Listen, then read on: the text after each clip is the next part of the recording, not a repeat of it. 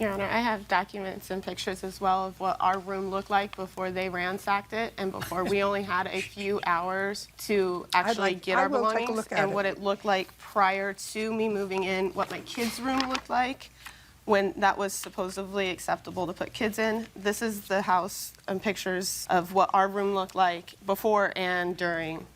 And there's pictures of Jay's personal areas, like their dining room is full and is a storage area with medications just piled up, easily accessible for any children to get to.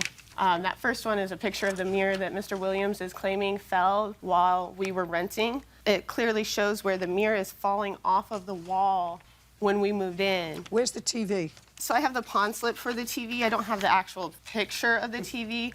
There was a payment arrangement set up. Mr. Williams would not put anything. Where's the TV? Is what you're telling me that you purchased it from him? Is that what you're telling me? Did. Yes, ma'am. Okay. And you have a contract for that? Correct. So, just a second.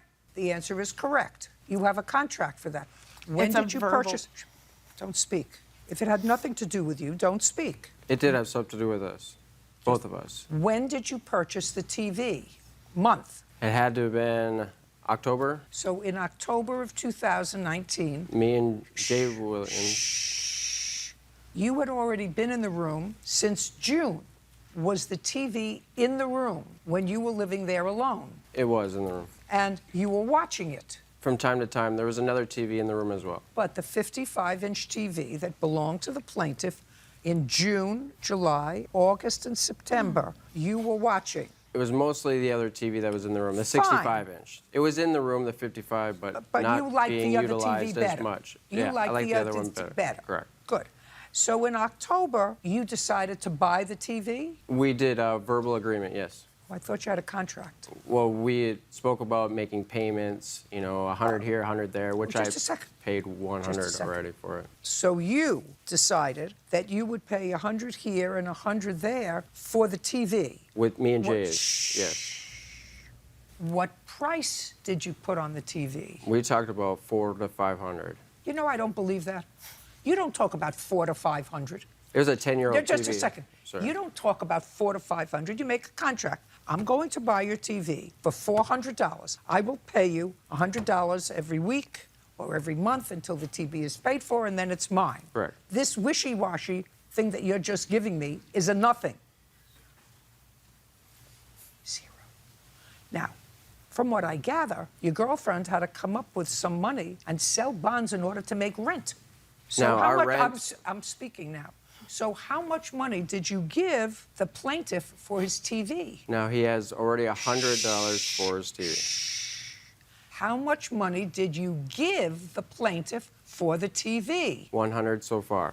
Well, if he was selling it to you for 400 or 500 and you only gave him 100 and you moved out on what date? I was kicked out. Date. December 3rd. Well, we're now almost in February. How much have you given him since for the TV? Nothing. Your Honor, don't speak.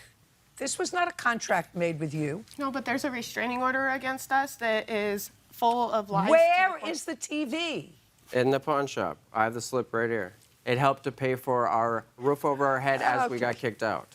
Okay, so did you pay $400 or $500 for the TV? I have paid 100 so far. Did you agree on 400 or 500? 400. Okay, so you owe him $400 for the TV that you took and pawned. Correct. So far, I'm getting a little bit more of this story. You have the pawn slip for the TV? I do. I'd love to see it. Yeah. Show me.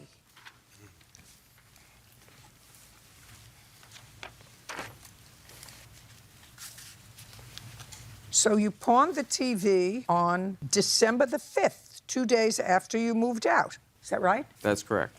I could only afford... I have to know. Other than the TV, Mr. Williams, what other items do you allege that were broken in your room?